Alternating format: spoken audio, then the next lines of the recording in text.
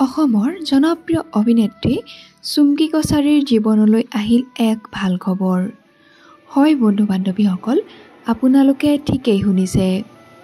ৰেঙনি চেনেলত সম্প্ৰচাৰিত হৈ থকা বেহাৰবাৰী আউটপোষ্টৰ বিউটি বাইলুং খ্যাত চুমকি কছাৰীয়ে দিছে এক ভাল খবৰ।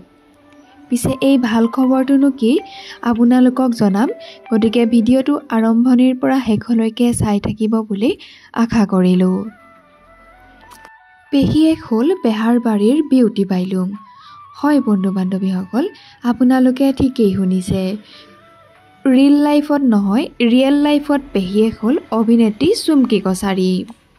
ইতিমধ্যে অভিনেত্ৰী চুমকি কছাৰীয়ে ছ'চিয়েল মিডিয়াত শ্বেয়াৰ কৰিছে এখন বিশেষ ফটো। কণমানিটিৰ সৈতে তোলা ফটোখনৰ কেপশ্যনত চুমকি কছাৰীয়ে লিখিছে, পেহীয়েক হ'লো।